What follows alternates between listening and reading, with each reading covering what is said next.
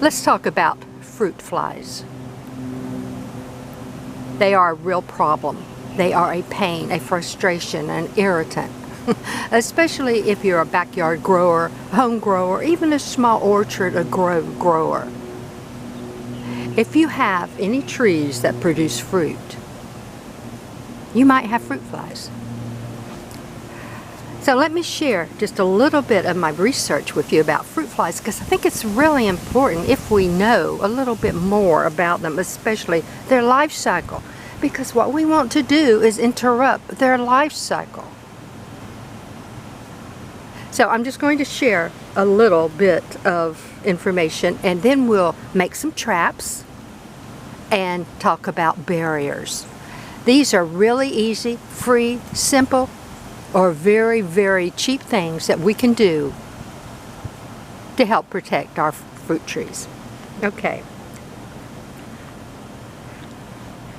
Now, all the information I'm sharing with you came from the internet, especially I tried to use university sites where I thought the information would be legitimate.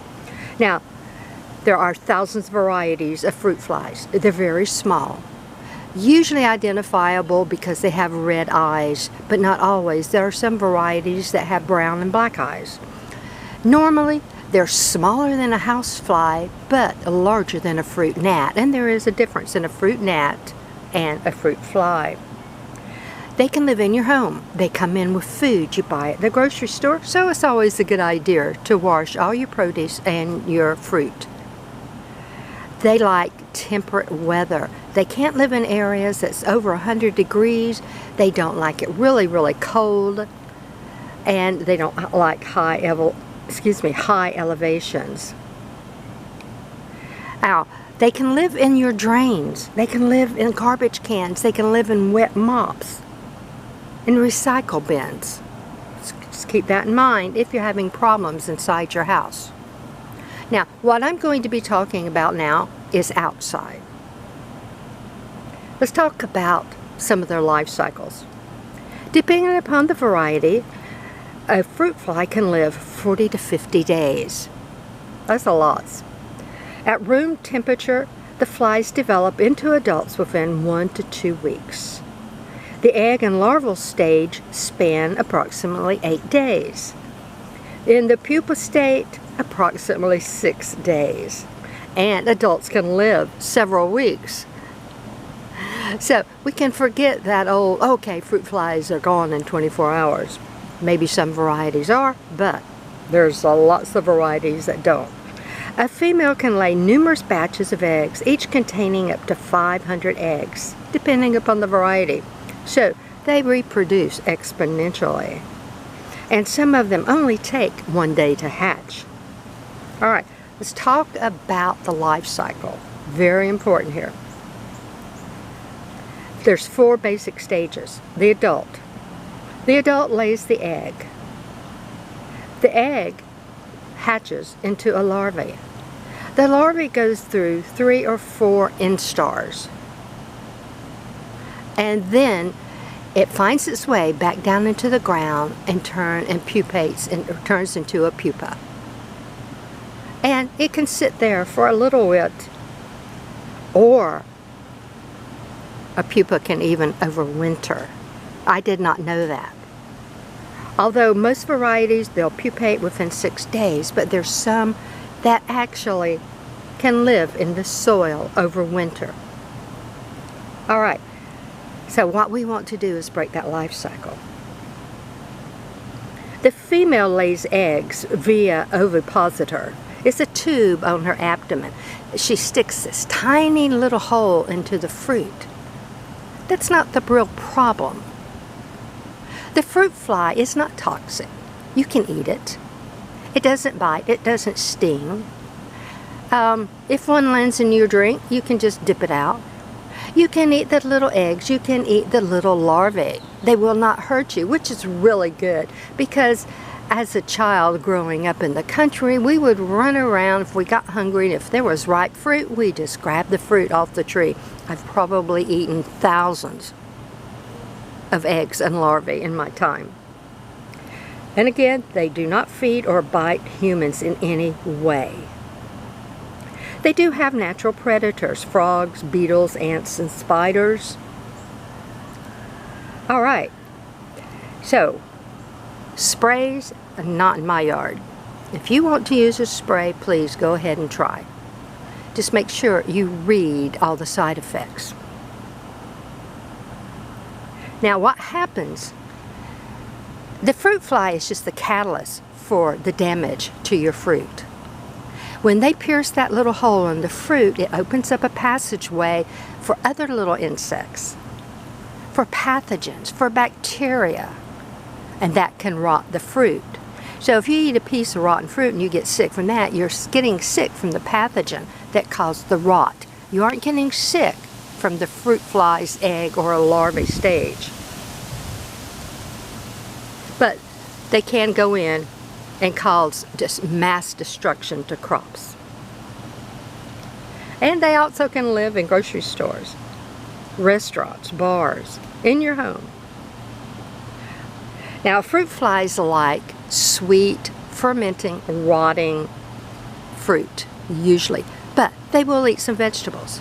They will also eat the honeydew off of leaves, some varieties. They don't like strong fragrances like lavender, peppermint, eucalyptus, clove, basil. So you can integrate that into your fight against fruit flies. Again, I'm not going to use chemicals. They're really scary. Even the organic chemicals. If the larvae is already in your fruit, I don't know if an organic chemical would soak through the outer skin. I don't know. Anyway, I don't want to use chemicals.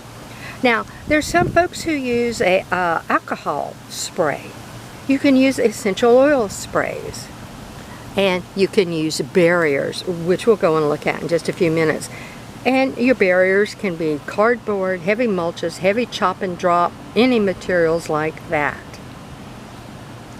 All right, let's build some traps. Any type of container. Now these are going to be traps with bait in them. You can make sticky traps, you know, like you hang up for flies and things like that. But those sticky traps will attract and will catch everything. Your ladybugs, your butterflies, your moths, your bees. So I want to make a trap that hopefully will only trap fruit flies and maybe fruit gnats and regular gnats, small things like that. Easy to do, cheap. All right. I am using recycled peanut jars. And I'm going to use a drill. If you don't have a drill, you don't have to have a drill. You don't have to put holes in your container. You can actually just take the lid off, put some saran wrap, put some tin foil on, poke little bitty holes, and you've got the same thing. Or you can drill your holes right into here. But since these are going outside, if I have lots of holes here, that invites more rainwater. This, you've got a little more of a chance. And I've had lots of luck with this style. Now I'm using a drill. If you don't have a drill, use anything that you have that will put a hole in it for you. I'm getting my safety glasses. Always be safe. And I have my gloves on. Now I'm just going to hold this down at the bottom. Let me move the camera a little bit so I don't have to lean over quite as much. Be a little safer for me. Put your drill bit firmly against the bottle and drill. Oh, look at that. Huh. Little visitor. And that's it. Go around, hold your bottle very firm.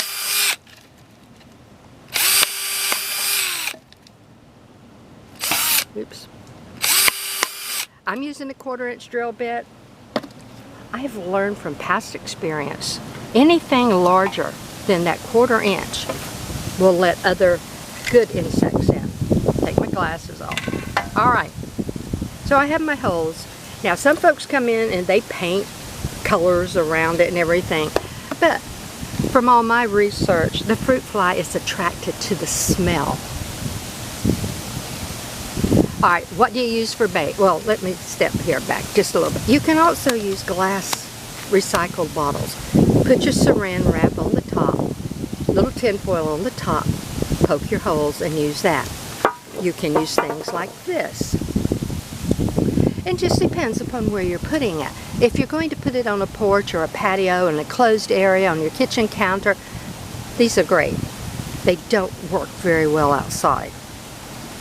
I had Coca-Cola in this one because I read that fruit flies are attracted to the fizz and the sugar in Coca-Cola or drinks like that. It didn't work.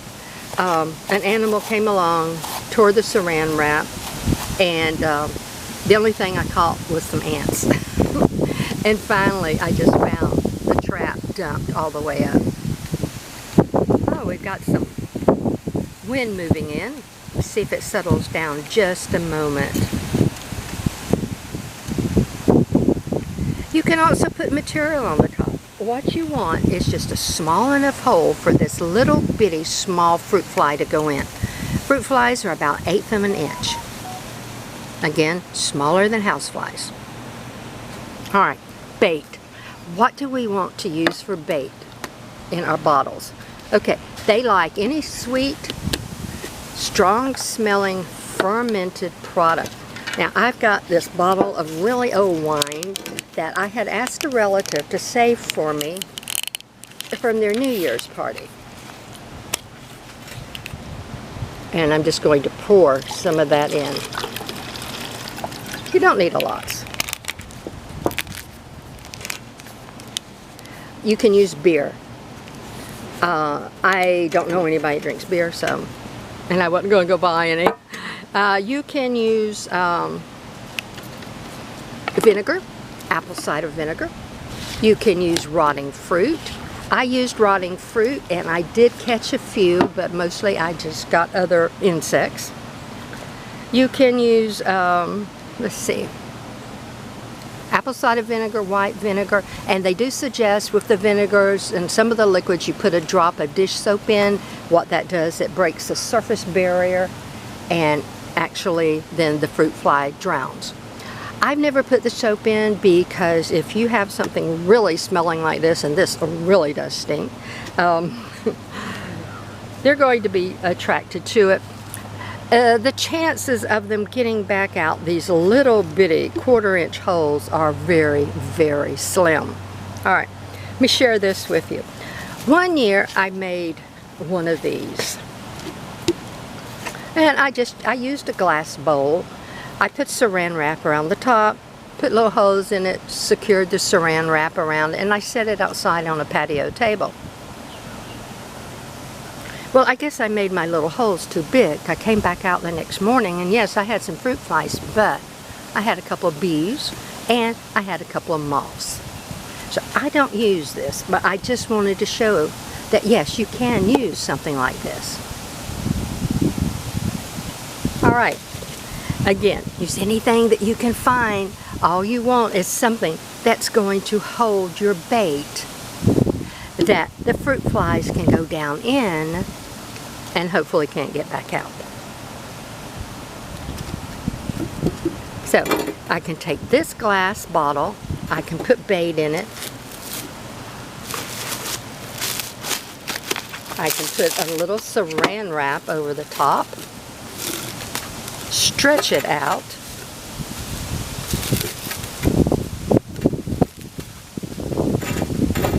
secure it with a rubber band, a piece of string, cord, whatever you have. Take your fork and just poke a few little holes in it. That's it. Not too big. Put your whatever you were going to use for bait in first, of course. But that's how easy it is. And you can hang this or you can sit it somewhere. You can sit it on the ground underneath your tree. You can sit it on your patio tables, anywhere you wish. Don't be afraid to try. All right. So we've got our containers, which is just absolutely open to whatever you want to use. We have our baits.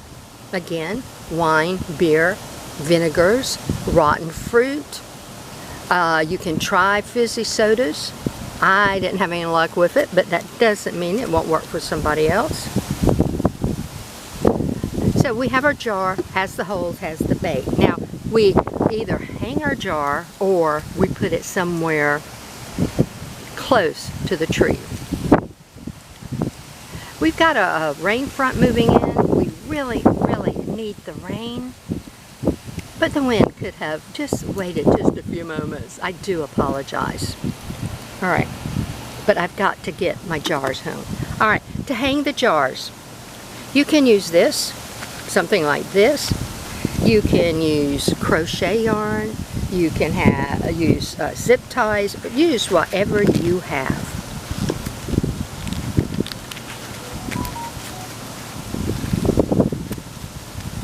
So I'm just going to cut a piece off. I'm going to wrap it. Make sure your lid's on tight. I'm going to wrap it around the base and just twist tie it.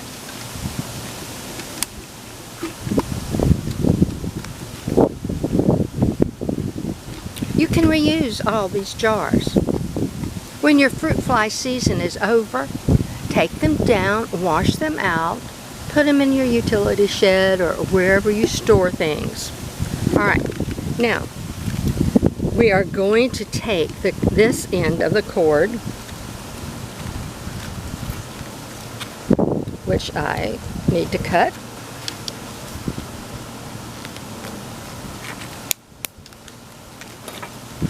And secure it to a limb.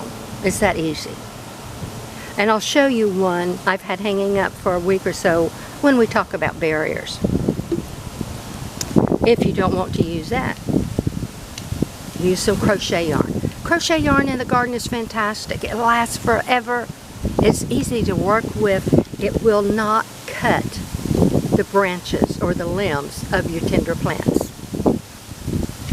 All right. So we have containers and we have all kinds of bait. The rotten fruit didn't work very well. The Coca-Cola didn't work very well. For me, I've always used just some old used wine. You don't have to worry about how old it is. Actually, I had a bottle of wine in the utility shed that had turned to vinegar. It was that old and sitting out in the hot utility shed. But you know, it worked. Alright, I'm going to go hang these up.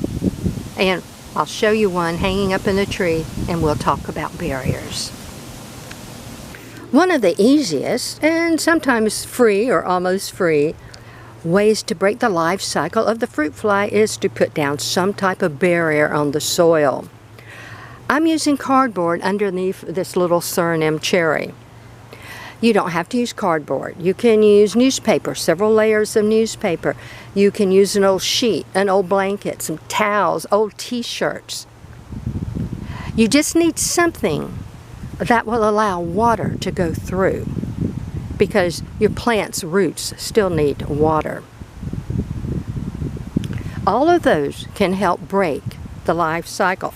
The fruit fly is so small and delicate when it is emerging out of the ground. If there's any type of barrier there, they can't get through and they die.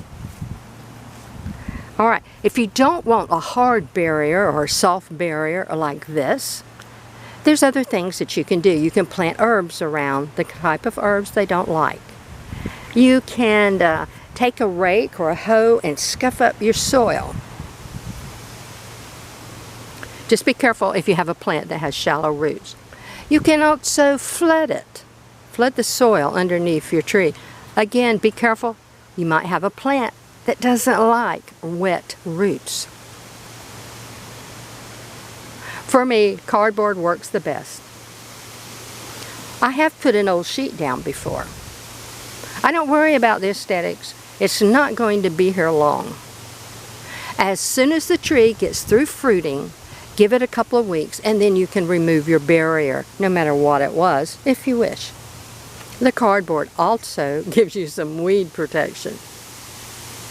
So the idea behind a barrier, no matter if it's cardboard, paper, material, herbs, anything, chop and drop, mulch, is to stop the fruit fly from hatching out. Stopping that life cycle. All right.